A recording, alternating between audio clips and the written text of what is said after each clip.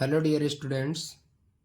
देखिए, हम दिनेश पेपर का सॉल्यूशन कर रहे थे और हमने 41 क्वेश्चन तक कंप्लीट कर लिए थे।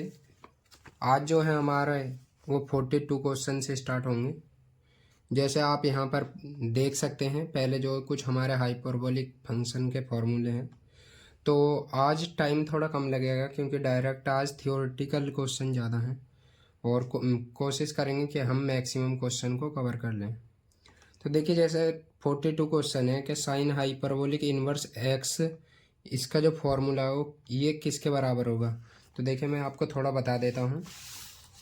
3 फॉर्मूले होते हैं ये 42। एक साइन हाइपरबोलिक इनवर्स एक्स, दूसरा कॉस हाइपरबोलिक इनवर्स एक्स और तीसरा टेन हाइपरबोलिक इनवर्स एक्स। तो देखिए, इनमें तीनों में आयोटा तो बाहर आता ही है, ठीक है, याद करने के लिए बता रहा हूँ मैं। उसके बाद में इसमें लगता है साइन इनवर्स आयोटा एक्स, इसमें केवल लगता है कॉस इनवर्स एक्स, इसमें आयोटा एक्स नहीं आता है, ठीक है, केवल एक्स आता है। और इसमें भी टेन इनवर्स आयोटा एक्स, ठीक है। तो ये तीनों फॉर्मूले आपको याद रखने हैं। उसके बाद में तो इसमें जो सही आंसर है वो हमारा हो जाएगा ए, ठीक है। उसके बाद में नेक्स्ट क्वेश्चन है हमारा कॉस हाइपरबोलिक इनवर्स एक्स, ये मैंने अभी बता दिया है, माइनस आयोटा तो आएगा ही सभी में। उसके बाद में इसमें केवल कॉस इनवर्स एक्स आता है और tan hyperbolic inverse X is equal to minus iota tan inverse iota X, ठीक है। ये हमारा आंसर हो जाएगा। उसके बाद में हमारा 45 क्वेश्चन है कि यदि x ग्रेटर देन 0 है ये, तो log माइनस एक्स ये किसके बराबर होगा। तो देखिए, जब हम इसे a प्लस आयोटा b की फॉर्म में रिप्रेजेंट करते हैं तो ये उससे निकल कर आता है, ये आता है हमारा log x plus pi iota. जैसे मैं x के प्लेस पर आपसे पूछूं log माइनस 2 ये किसके बराबर हो जाएगा, तो ये हो जाएगा हमारा पाई आयोटा प्लस log 2, ये इस प्रकार से निकलते हैं, ठीक है। उसके बाद में हमारा नेक्स्ट क्वेश्चन है the value of sine theta and cos theta. देखिए, आपको यहाँ ध्यान रखना है थोड़ा, जब केवल साइन थीटा हो तो उसमें जो ई की पावर में आएगी वो आयोटा थीटा आएगा, और जब हमारा कॉस हाइपरबोलिक हो तो इसमें आयोटा नहीं आएगा। यानी मैं फॉर्मूले लिख कर बताऊँ तो देखिए 46 है ये, थोड़ी एडिशनल जानकारी भी होनी चाहिए ना, तो एमसीक्यू जब भी अच्छे लगते हैं। तो देखो, जैसे साइन थीटा है तो एक बात और, साइन वाले फॉर्मूले में माइनस आता है, तो ये हमारा होता है ई की पावर आयोटा थीटा माइनस ई की power minus iota theta divide by sine वाले में अपॉन में 2 आयोटा भी आता है, ठीक है, अपॉन 2 आयोटा। और कॉस वाला जो फॉर्मूला होता है हमारा कॉस थीटा बराबर होता है ई की पावर आयोटा थीटा, फिर इसमें प्लस का साइन आता है और यहाँ पर सेम ही रहते हैं, अपॉन, और इसमें एक नीचे 2 आयोटा नहीं आता, केवल आयोटा आता है। उसके बाद में बात करूँ मैं साइन हाइपरबोलिक की, साइन हाइपरबोलिक थीटा ही ले लेते हैं, तो ये होता है ई की पावर थीटा माइनस ई की पावर आयो माइनस का थीटा अपॉन 2, इसमें आयोटा नहीं आता है हाइपरबोलिक फंक्शन में, ठीक है। और यहाँ पर भी कॉस हाइपरबोलिक थीटा बराबर होता है ई की पावर थीटा प्लस ई की power minus theta divide by 2। तो अब यहाँ से हम देखेंगे हमारे ये वैल्यू कौन से में दे रखी है, तो ये हमारा डी ऑप्शन दे रखा है, sine theta is equal to e की पावर आयोटा थीटा, ये हमारा आंसर हो जाएगा। उसके बाद में the value of sine hyperbolic Z. अब देखिए, थीटा के प्लेस पर जेड दे रखा है तो हाइपरबोलिक है तो आयोटा वाले टर्म तो आने के नहीं है, जैसे ई की पावर आयोटा जेड है तो ये तो आने वाले नहीं है। इसमें दे रखा है तो एक देखो, ये सभी में नीचे बटे में जेड दे रखा है, जेड नहीं होगा, ये 2 होगा, ठीक है, सभी में 2 होगा, तो 2 लगा लेते हैं पहले हम। उसके बाद में ये किसका फॉर्मूला होता है, तो ये हमारा होता है कॉस थीटा का, और इसकी बात करें तो ये हमारा कॉस हाइपरबोलिक थीटा नहीं आएगा, कॉस जेड आएगा यहाँ पर, क्योंकि वेरिएबल जो है वो जेड है। यहाँ ये किसका फॉर्मूला हो जाएगा, ये प्लस वाला साइन है तो ये कॉस हाइपरबोलिक जेड का हो जाएगा, और ये हमारा साइन थीटा का हो जाएगा, लेकिन यहाँ पर आयोटा और लगाना पड़ेगा जब जाके होगा ये। तो ये साइन थीटा का हमारा जो ये वाला जो फॉर्मूला है ई की पावर जेड वाला, ये हमारा साइन हाइपरबोलिक जेड का हो जाएगा। तो यही हमारा करेक्ट आंसर हो जाएगा। उसके बाद में नेक्स्ट है which of the following formula is correct. तो देखिए जब हम नॉर्मल फार्मूले जो होते हैं अपने, उनमें साइन के प्लेस पर माइनस साइन हाइपरबोलिक रख देते हैं तो हमारे फार्मूले बन जाते हैं। मेरा कहने का मतलब है ये जो फार्मूला है ये सही है। हमारा cos hyperbolic z minus sine hyperbolic z is equal to 1 होता है, और ये -1 के बराबर होता है, और ये हमारा कॉस हाइपरबोलिक 2z के बराबर होता है, और ये तो एक ही बात ही है, ठीक है।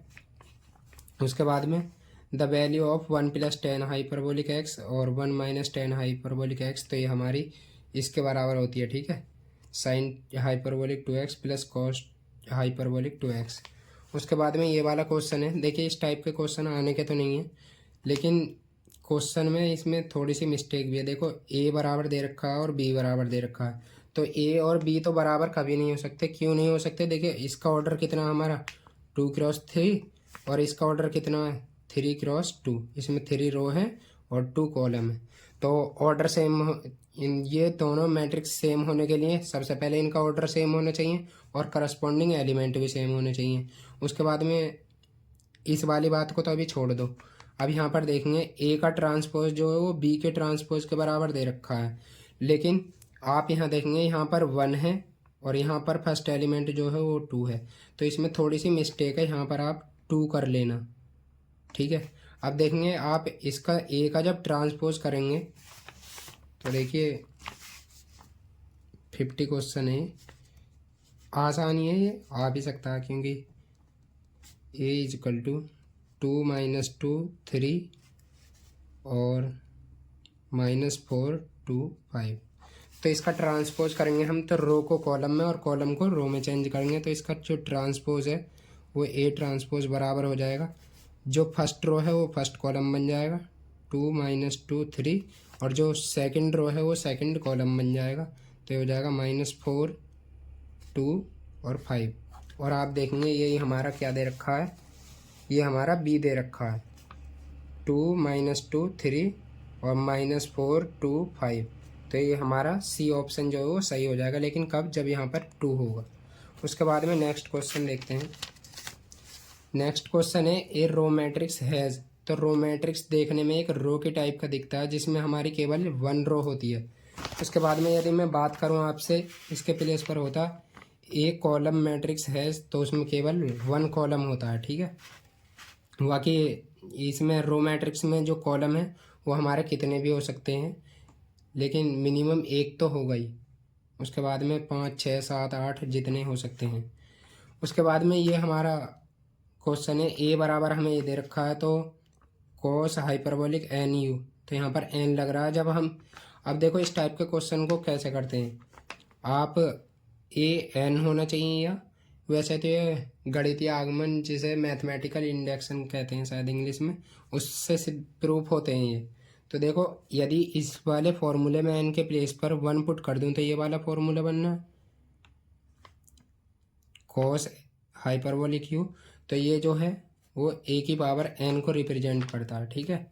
इनकी जब आप जैसे ए स्क्वायर निकालेंगे यहाँ से 52 ए स्क्वायर निकालेंगे, तो आप या तो यही करके ही तो प्रूव करेंगे, पहले cos hyperbolic u sine hyperbolic u और यहाँ पर साइन हाइपरबोलिक यू और कॉस हाइपरबोलिक यू इनटू, फिर इससे लिखेंगे यहाँ पर और उसकी प्रोडक्ट करेंगे, तो ये जो है बाद में ये निकल कर आएगा जब इसे सॉल्व करेंगे। Cos hyperbolic 2u sine hyperbolic 2u और यहाँ पर भी sine hyperbolic 2u cos hyperbolic 2u, ये हमारा बाद में सॉल्व होकर आएगा। लेकिन अब यदि मैं a की पावर n निकालूं तो ऐसे ही a की पावर n-1 इंटू ए, इस प्रकार से सॉल्व, इसे आगे मल्टीप्लाई करते हुए जाएंगे हम। जैसे a की पावर 3 निकालें तो हम उसे लिख सकते हैं a स्क्वायर इंटू ए, तो इस प्रकार से इसे सॉल्व करके निकालेंगे। तो ये ए की पावर एन जो है वो ये आएगा cos hyperbolic n u sine hyperbolic n sine hyperbolic n u, और यहाँ पर भी साइन हाइपरबोलिक एन यू, और यहाँ पर कॉस हाइपरबोलिक एन यू, ये हमारा ए एन आ जाएगा। ठीक है, उसके बाद में हमारा नेक्स्ट क्वेश्चन है, तो इसमें करेक्ट आंसर जो आ जाएगा वो हमारा ये आ जाएगा, ये ए ट्रांसपोज जो है ये गलत हो जाएगा हमारा। For a skew hermitian matrix the element of the matrix are, ये मैंने बताए थे स्क्यू हर्मिशियन है ना, तो इसके लिए ए आई जे जो एलिमेंट होता है वो माइनस ए जे आई एलिमेंट के कंजुगेट के बराबर होता है जब स्क्यू हर्मिशियन मैट्रिक्स हो, स्क्यू हर्मिशियन मैट्रिक्स हो। लेकिन जब हमारा हर्मिशियन मैट्रिक्स हो तो उसके लिए ए आई जे क्या होता है, बराबर होता है ए आई जे का कंजुगेट, यानी A12 जो है वो A21 के कंजुगेट के बराबर होता है। उसके बाद में तो इसका करेक्ट आंसर जो है वो ये हो जाएगा, ये हमारा, ये तो किसी की भी कंडीशन नहीं है, ये हमारा हर्मिशियन मैट्रिक्स की कंडीशन हो जाएगी। उसके बाद में क्वेश्चन है if a is a non singular matrix, non singular matrix मतलब इसका डिटर्मिनेंट जो है वो एक नॉन जीरो है, यानी जीरो के इक्वल नहीं है इसका determinant, of order n, then ये फॉर्मूला है याद रखना, ये एडजॉइंट ऑफ ए बराबर होता है ए के डिटर्मिनेंट की पावर n-1, जहाँ पर n जो है उस मैट्रिक्स का ऑर्डर है, जैसे 2/2 का है तो n के प्लेस पर 2 हो जाएगा, और 3/3 का है तो n के प्लेस पर 3 हो जाएगा। उसके बाद में नेक्स्ट क्वेश्चन है if a is square matrix of order n, then ये हमें से इनमें से देखना है कि कौन सा सही होगा।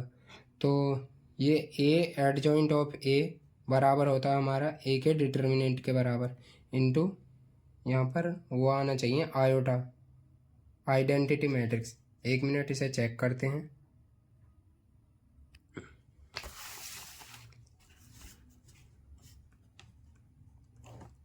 देखिए हम ए इनवर्स का फॉर्मूला जानते हैं, वो क्या होता है एडजॉइंट ऑफ ए अपॉन ए का डिटर्मिनेंट। अब लेकिन हमें क्वेश्चन में चाहिए क्या, आर एच एस, देखिए ए इंटू एडजॉइंट ऑफ ए चाहिए, तो मैं क्या करता हूँ दोनों तरफ ए से इसकी पहले मल्टीप्लाई कर देता हूँ, यानी ए और ए इनवर्स बराबर होगा ए और एडजॉइंट ए। ठीक है, और ए का डिटर्मिनेंट जो है वो ऐसे ही रहेगा। उसके बाद में इसकी वैल्यू तो हमें निकालनी थी और ए इनवर्स ये कितना हो जाएगा आइडेंटिटी मैट्रिक्स, और ये जो डिटर्मिनेंट है वो इधर आ जाएगा डिवाइड में से मल्टीप्लाई में, तो ये हो जाएगा ए और एडजॉइंट ऑफ ए। तो यहाँ पर आई एन जो है, अच्छा ये आई एन ये है मतलब जितने ऑर्डर का है, ये यूनिट मैट्रिक्स जितने ऑर्डर का है वो उसे रिप्रेजेंट कर रहे हैं। जैसे हमारा ये ए मैट्रिक्स जो है वो 2/2 का है तो यहाँ पर I2 आ जाएगा। ठीक है, तो इसका करेक्ट आंसर जो है वो सी हो जाएगा। उसके बाद में ये क्वेश्चन सेकंड सेमेस्टर के हिसाब का नहीं है, लेकिन इसका जो करेक्ट ऑप्शन है वो सी हो जाएगा। उसके बाद में इस टाइप का क्वेश्चन भी आ सकता है एक आधा, जैसे वाई हमें दे रखा है और एक्स की वैल्यू पूछी है, तो देखिए ये शायद सेम ही क्वेश्चन है जो मैंने पीछे कराया था पिछली वीडियो में, तो इसका आंसर जो है वो बी आ जाएगा, आप लगा लेना। उसके बाद में एक क्वेश्चन इनमें से कराता हूँ मैं, तीनों में से एक, तो मैं पहले इसे ही करा देता हूँ क्योंकि इसमें ज़्यादा वैल्यू पूछी गई हैं। तो देखिए अब मैट्रिक्स का जो 2 मैट्रिक्स हों या 3 मैट्रिक्स हों, उनका जो सम है वो केवल तभी डिफाइन होता है, नंबर 1 उनका ऑर्डर सभी का सेम होना चाहिए। दूसरी बात, जैसे आप यहाँ पर देखेंगे 2/2 का है, ये भी 2/2 का है और ये 2/2 का है, तो इनका ऑर्डर तो यानी सम तो डिफाइन है, एडिशन। उसके बाद में हम दूसरी चीज़ देखते हैं कि इनके जो करस्पॉन्डिंग एलिमेंट हैं, जैसे इसका A11, इसका A11 और इसका A1, यानी इन यहाँ पर तो एडिशन हो रहा है तो ये आपस में जुड़ेंगे x+4। जैसे अब यहाँ से हमें x की वैल्यू निकालनी है पहले, तो x कौन से प्लेस पर है, फर्स्ट प्लेस पर, तो 3 से मल्टीप्लाई करेंगे। तो डायरेक्ट थोड़ा देखते हैं, तो देखो 3 इधर जो 3x से मल्टीप्लाई करेंगे तो ये हो जाएगा 3x इज इक्वल टू, इधर कितना हो जाएगा x+4, क्योंकि करस्पॉन्डिंग एलिमेंट को जो ऐड करेंगे x+4, तो यहाँ से इसे सॉल्व करेंगे तो ये हो जाएगा 3x माइनस एक्स, तो ये हो जाएगा 2x इज इक्वल टू 4। तो यहाँ से x की वैल्यू कितनी आ जाएगी, 2 आ जाएगी। अब x की वैल्यू 2 किस किस में है, x की वैल्यू 2 जो है वो केवल एक में ही है, तो या तो ये ऑप्शन हमारा ये ही करेक्ट हो जाएगा। लेकिन इसमें नन ऑफ दीज भी दे रखा है, तो हमें y z और w सभी की वैल्यू निकालनी है। अब y की वैल्यू निकालनी है तो y देखिए इस वाले यानी A12 एलिमेंट है, तो ये 3y हो जाएगा इधर LHS में। तो 3y इज इक्वल टू इधर वाले को ऐड करेंगे तो 6 प्लस एक्स प्लस वाई, ठीक है। अब 3y माइनस ये हो जाएगा 3y minus y is equal to 6 plus x, x की वैल्यू कितनी निकाली थी अभी 2, तो 6 प्लस 2 हो जाएगा। यहाँ से हो जाएगा 2y इज इक्वल टू 8। तो यहाँ से x की वैल्यू या y की वैल्यू कितनी हो जाएगी, तो y बराबर हो जाएगा 4। तो x की वैल्यू हमारी 2 आएगी, y की वैल्यू 4 आ गई। उसके बाद में हमें निकालनी है z की वैल्यू। देखिए सीक्वेंस के अकॉर्डिंग ही निकालनी है, कभी आप पहले किसी हो की निकाल दो। तो z की वैल्यू, अब z यहाँ पर तीसरे नंबर पे है, तो इससे 3 से मल्टीप्लाई करेंगे तो ये हो जाएगा 3z बराबर इधर -1 और प्लस z प्लस w। लेकिन अभी हमें w की वैल्यू नहीं पता, तो इसे हम बाद में निकाल लेंगे। इसे आप इक्वेशन वगैरह कुछ भी मान सकते हो। तो मान लो मैंने ये इक्वेशन फर्स्ट ही मान ली, ठीक है। अब हम पहले w की वैल्यू निकालते हैं, तो इधर से हो जाएगा 3w इज इक्वल टू यहाँ से 2w प्लस 3 हो जाएगा, ये 2w प्लस 3, तो 3w माइनस 2w, तो यहाँ से w की वैल्यू कितनी आ जाएगी, वो आ जाएगी 3। अब इस वाले w की वैल्यू इसमें रख देंगे, तो ये z तो इधर आ जाएगा 3z माइनस z बराबर हो जाएगा -1 और प्लस w कितना है 3, तो यहाँ से हो जाएगा 2z बराबर 2। तो यहाँ से z की वैल्यू कितनी आ जाएगी 1। तो अब देखो x बराबर 2 आ गया, y बराबर 4, w बराबर 3 और z बराबर 1। लेकिन हम किस ऑर्डर में पूछे गए, तो पहले x की वैल्यू पूछी गई है, उसके बाद में y, फिर z, फिर w। तो x की वैल्यू आई है हमारी 2, y की वैल्यू आई है 4, z की वैल्यू आई है यहाँ पर 1 और w की वैल्यू आई है 3। तो ये हमारा c जो है वो करेक्ट ऑप्शन हो जाएगा। इसी प्रकार से आप इसे सॉल्व करना, इसमें यहाँ पर इक्वल टू होगा ना कि प्लस, ठीक है। उसके बाद में ये वाले क्वेश्चन तो यहाँ से देखेंगे, ऐसे ही ओरली बता रहा हूँ मैं। तो यहाँ से 2x minus y is equal to हो जाएगा 10। यहाँ से देखिए दो इक्वेशन बनेंगे करस्पॉन्डिंग एलिमेंट को करने पर, तो 50 नहीं, ये हमारा 60 क्वेश्चन है। तो यहाँ से देखिए क्या इक्वेशन बन जाएंगी, एक तो हो जाएगी 2x, यहाँ से जब इसके x से मल्टीप्लाई करेंगे तो हो जाएगा 2x माइनस इस y की इससे करेंगे तो माइनस वाई, ये मैट्रिक्स ये, और यहाँ से 3x plus y is equal to इधर कितना हो जाएगा 10 और 5। अब देखिए ये दो मैट्रिक्स केवल तभी इक्वल हो सकते हैं जब इनके करस्पॉन्डिंग एलिमेंट बराबर हों, यानी इसका A11 और इसका A21 जो है ये इसके बराबर हो। यानी मेरे कहने का मतलब है 2x माइनस वाई जब बराबर हो 10 के और 3x plus y is equal to जब हमारा हो 5 के। तो इनको दोनों का ऐड कर देंगे तो 3 2 5 x बराबर हो जाएगा 15। तो यहाँ से x की वैल्यू जो है वो 3 आ जाएगी। अब x की वैल्यू इसमें पुट करेंगे तो 3 दूनी 6 माइनस 10, तो y की वैल्यू आ जाएगी -4, y बराबर -4। तो आप देखेंगे x बराबर 3, y बराबर -4, तो ये हमारा बी ऑप्शन दे रखा है, तो ये हमारा हो जाएगा। उसके बाद में इसे मैं सॉल्व नहीं कराने का, लेकिन बता रहा हूँ। देखो ये 3 क्रॉस 4 का है, तो 3 तो इसमें रो होंगी और 4 कॉलम होंगे। लेकिन अब हमें मैट्रिक्स बनाना है, तो AIJ हमें दे रखा है, तो जैसे A11 एलिमेंट चाहिए तो I के प्लेस पर भी 1 पुट करेंगे, J के प्लेस पर भी 1 पुट करेंगे। तो जब I के प्लेस पर 1 पुट करेंगे तो हो जाएगा A11, कुछ एलिमेंट निकाल के दिखा रहा हूँ मैं। जैसे A11 निकालेंगे हम तो ये हो जाएगा 1/2 मोड -3 प्लस 1, तो ये -2 हो जाएगा अंदर 1/2 और मोड -2, और मोड क्या कर देता है प्लस कर देता है, तो ये हो जाएगा 1/2 × 2, यानी A11 जो है वो हमारा 1 हो जाएगा। अब A11 जो है वो 1 केवल इसी में दे रखा है, तो ये दोनों ऑप्शन तो हमारे गलत हैं। लेकिन नन ऑफ दीज भी दे रखा है, तो सभी जो एलिमेंट है वो हमें निकालने पड़ेंगे। जैसे अब हम A12 निकालते हैं, A12, तो जहाँ पर ए आई है उसके प्लेस पर 1 पुट करेंगे, तो ये हो जाएगा 1/2 मोड -3 × 1 प्लस जे के प्लेस पर अब इस बार क्या पुट करना है, तो जे के प्लेस पर हमें पुट करना है 2। तो यहाँ से जो वैल्यू आ जाएगी 1/2 मोड -1 यानी 1/2 आ जाएगी। तो आप देखेंगे A12 की जो वैल्यू है वो हमारी कितनी दे रखी है, 1/2 दे रखी है। तो ये हमारा सी जो है वो करेक्ट आंसर हो जाएगा, बाकी एलिमेंट आप खुद निकाल लेना। उसके बाद में ये क्वेश्चन है, देखिए इफ़ ए बराबर ये है, मैट्रिक्स दे रखा है, तो इसमें जो हमें निकालना है ए की पावर 3 निकालनी है। तो आप पहले क्या करना, ए स्क्वायर निकालना, ए स्क्वायर निकालना। ए स्क्वायर कैसे निकलेगा, ए इंटू ए, उसके बाद में ए की पावर 3 निकालना, वो कैसे निकलेगा, ए स्क्वायर इंटू ए। तो इस प्रकार से आप सॉल्व करेंगे तो इसमें जो है नन ऑफ दीज आएगा, लेकिन इसमें बी आंसर दे रखा है और बी ये हमारा गलत है, कभी आप घबरा जाओ, ठीक है। तो इसमें नन ऑफ दीज आएगा, कोई सा भी मैच नहीं करेगा, क्योंकि 4a का मतलब क्या है, 4 इंटू ए के प्लेस पर कितना 1 -1 -1 और 0। जब इसे हम सॉल्व करेंगे तो ये आना चाहिए 4 -4 और यहाँ पर भी -4 और 0। यदि ये आ जाता है तो हमारा बी ऑप्शन जो है वो सही हो जाएगा। उसके बाद में देखिए ये वाले क्वेश्चन जो है ना, इसे आप यदि प्रॉपर मेथड से करोगे तो ये काफ़ी लेंथी पे पहुँच जाएगा, लेकिन इसकी शॉर्ट ट्रिक बताता हूँ मैं बढ़िया।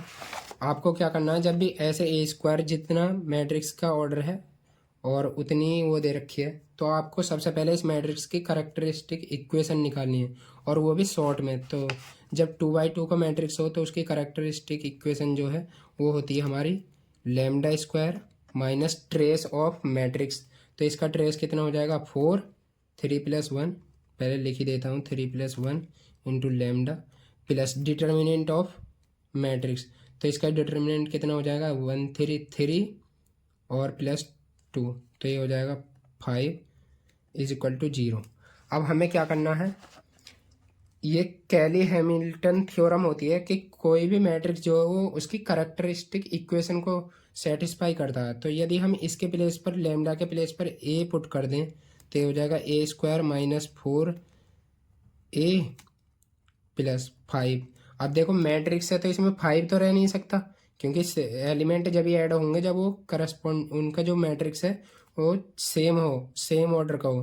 तो यहाँ पर हम 5i लिख लेते हैं। अब यदि 2/2 का है तो यहाँ पर i2 आएगा, लेकिन हम i2 नहीं लिख रहे, वो 0 हो जाएगा। अब हमें वैल्यू किसकी पूछी गई है, A² = 4i = तो हम यहाँ से A² और इसे इधर को शिफ्ट करेंगे तो A² -4a बराबर किसके हो जाएगा -5i। और आप यहाँ पर देखेंगे -5i किस ऑप्शन में है, तो ये हमारा बी ऑप्शन में है, ठीक है। तो ये हमारा करेक्ट ऑप्शन हो जाएगा। उसके बाद में हमारा नेक्स्ट क्वेश्चन है, क्या है नेक्स्ट क्वेश्चन, 64 है। ये मैट्रिक्स है और हमें इस मैट्रिक्स की वैल्यू फाइंड करनी है। तो इसमें ऑप्शन जो है वो ए दे रखा है। तो आप पहले हमें एक बात देखिए, यहाँ पर इसका ऑर्डर कितना है 3 × 2, क्योंकि 3 रो है और 2 कॉलम है। इसका ऑर्डर कितना है 2 रो है इसमें और 3 कॉलम है। तो अब ए बी का जो प्रोडक्ट होगा, यानी इन दोनों का जो प्रोडक्ट होगा, तो उसका जो ऑर्डर है तो 2 से तो 2 कैंसिल हो जाएगा, 3 × 3 का मैट्रिक्स आएगा। लेकिन क्या ये 3 × 3 का मैट्रिक्स है, तो ये नहीं है, तो इसलिए ये जो है वो तो हमारा गलत आंसर हो जाएगा। तो ये तो हमारा मैट्रिक्स है नहीं। प्रोडक्ट भी एग्जिस्ट कर रहा है। उसके बाद में हमें जो इसका जो आंसर है ना वो बी आएगा जब आप सॉल्व करोगे, तो बी इसका करेक्ट ऑप्शन हो जाएगा। सॉल्व करके देख लेना, यदि ये बी भी ना बैठे तो नन ऑफ दीज इसका करेक्ट आंसर हो जाएगा। मैट्रिक्स की मल्टीप्लिकेशन आपसे आती है, वो कर लेना आसानी से, ठीक है। उसके बाद में नेक्स्ट क्वेश्चन है, इफ़ यदि ए बराबर ये है और बी बराबर ये है तो हमें ए बी और बी ए निकालना है। तो मैट्रिक्स की मल्टीप्लिकेशन है, मैं करके बताऊंगा तो काफ़ी लेंथी हो जाएगी। उसके बाद में 66 क्वेश्चन है, ए बराबर ये दे रखा है, देन ए की पावर के वेयर के इज एनी पॉजिटिव इंटीजर, ये क्या है। तो आप इनमें से सभी को ना ए की पावर के ही मान लेना, सभी को मान लेना ए की पावर के। अब उसके बाद में आप यहाँ इसे भी a की पावर k मानेंगे, लेकिन यहाँ पर a दे रखा है तो यानी k के प्लेस पर 1 पुट करके देखना। अब 1 + 2 इंटू k के प्लेस पर 1 तो 3 तो आ गया, लेकिन यहाँ पर k के प्लेस पर जैसे ही 1 पुट करोगे तो ये -4 नहीं आएगा, तो ये तो हमारा ऑप्शन गलत होगा। और यहाँ पर जब k के प्लेस पर 1 पुट करोगे तो यहाँ से 3 नहीं आ रहा, तो ये हो जाएगा -1, तो ये भी ऑप्शन गलत है हमारा। लेकिन यदि इसमें k के प्लेस पर आप 1 पुट करोगे तो ये जो है यही वाला मैट्रिक्स बन जाएगा, तो इसका जो करेक्ट आंसर है वो हमारा सी हो जाएगा। उसके बाद में ए हमारा ये मैट्रिक्स दे रखा है तो a की पावर 3 हमें फाइंड करना है। तो देखिए a की पावर 3 फाइंड करने के लिए हमें मल्टीप्लाई करनी पड़ेगी इसकी। तो मल्टीप्लाई कैसे, पहले a² निकालना पड़ेगा, a² = a इंटू a। उसके बाद में a की पावर 3 निकालनी पड़ेगी, तो a की पावर 3 हो जाएगा a² इंटू a। तो ऐसे निकालेंगे तो आप आंसर जो है वो हमारा ये आ जाएगा, ठीक है।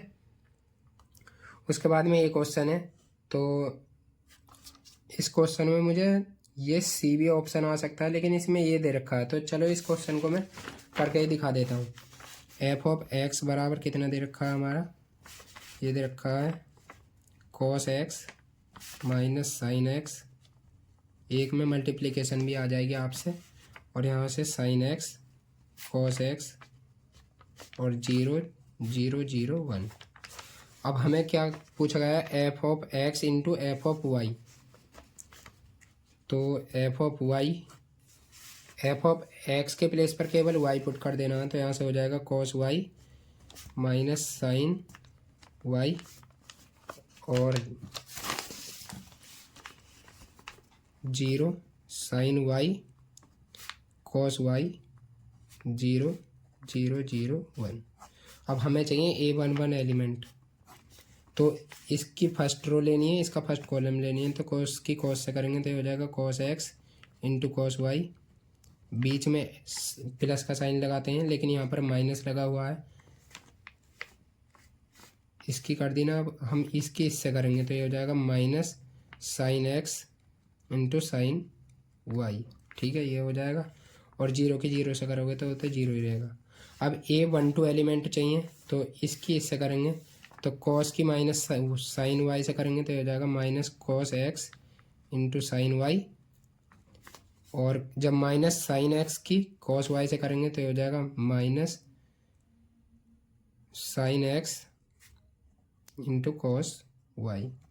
और उसके बाद में इनकी करेंगे तो ये 0 0 और लास्ट में 0 है, तो ये हमारा टोटल 0 आ जाएगा, ठीक है। उसके बाद में हमें a21 एलिमेंट चाहिए, तो इसकी सेकंड रो उठानी है और इसका फर्स्ट कॉलम उठाना है, तो यहाँ से sin x की cos y से करेंगे तो ये हो जाएगा sin x cos y और cos y plus cos x into sin y।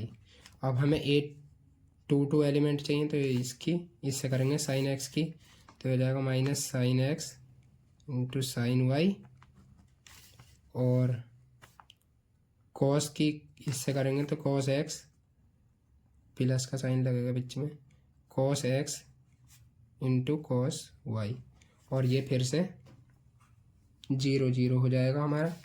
अब ये इसकी करनी है, तो इससे ये 0 0 यानी ये एलिमेंट हमारा 0 आ जाएगा। उसके बाद में इसकी भी मल्टीप्लाई करेंगे, 0 की इससे करेंगे, 0 की इससे करेंगे और 1 की 0 से करेंगे, तो ये भी हमारा 0 आ जाएगा। उसके बाद में क्या करना है, इसकी 0 की 0 से करेंगे, ये भी 0 आ जाएगा, और यहाँ 1 की 1 से करेंगे तो ये हमारा थर्ड जो एलिमेंट है यानी a33 वो हमारा 1 आ जाएगा।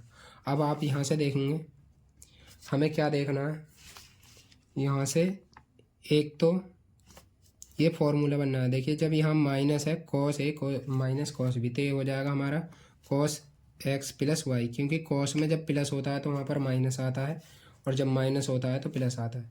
और यदि मैं यहाँ से माइनस कॉमन कर लूँ तो आप देखेंगे ये sin x into cos y plus minus मैंने लो कॉमन कर लिया, तो आप देखेंगे यहाँ से sin x into cos y into cos x into sin y, यानी ये minus sin x plus y का फॉर्मूला बन गया है, और यहाँ पर 0 तो है ही, और ये फॉर्मूला किसका है, sin a y plus x या sin x प्लस वाई लिख सकते हैं हम इसे। उसके बाद में ये हमारा फिर से cos x प्लस वाई का फॉर्मूला बन गया है, और यहाँ पर जीरो है ही, यहाँ पर जीरो जीरो और ये 1, ठीक है। अब उसके बाद में क्या मैं इसे ऐसे नहीं लिख सकता, इसको पहले मल्टीप्लाई करूँ और उसको बाद में, तो ये जब भी सेम ही आएंगे तो इसका जो आंसर होगा ना वो सी हो जाएगा, ठीक है। अब आप यहाँ पर देखेंगे x के प्लेस पर केवल x प्लस वाई, तो ये सभी जगह x के प्लेस पर केवल x प्लस वाई है, तो ये हमारा f of x plus y के बराबर हो जाएगा। और दूसरा ये भी जो है ये भी हमारा सेटिस्फाई हो जाएगा, तो यानी बोथ ए एंड बी, इसमें जो आंसर आ जाएगा both a and b are correct. तो यहाँ पर ए दे रखा है, ये हमारा गलत है। उसके बाद में वीडियो 30 मिनट की होगी, तो चलो एक वीडियो और बनाते हैं लास्ट में, तो इस वीडियो को यहीं पे रहने देते हैं। वीडियो अच्छी लगी हो तो वीडियो को लाइक करें और अपने दोस्तों के साथ भी शेयर करें, ताकि मुझे भी थोड़ा मोटिवेशन मिले, ठीक है। तो आज के लिए इतना ही। जय हिंद, जय भारत।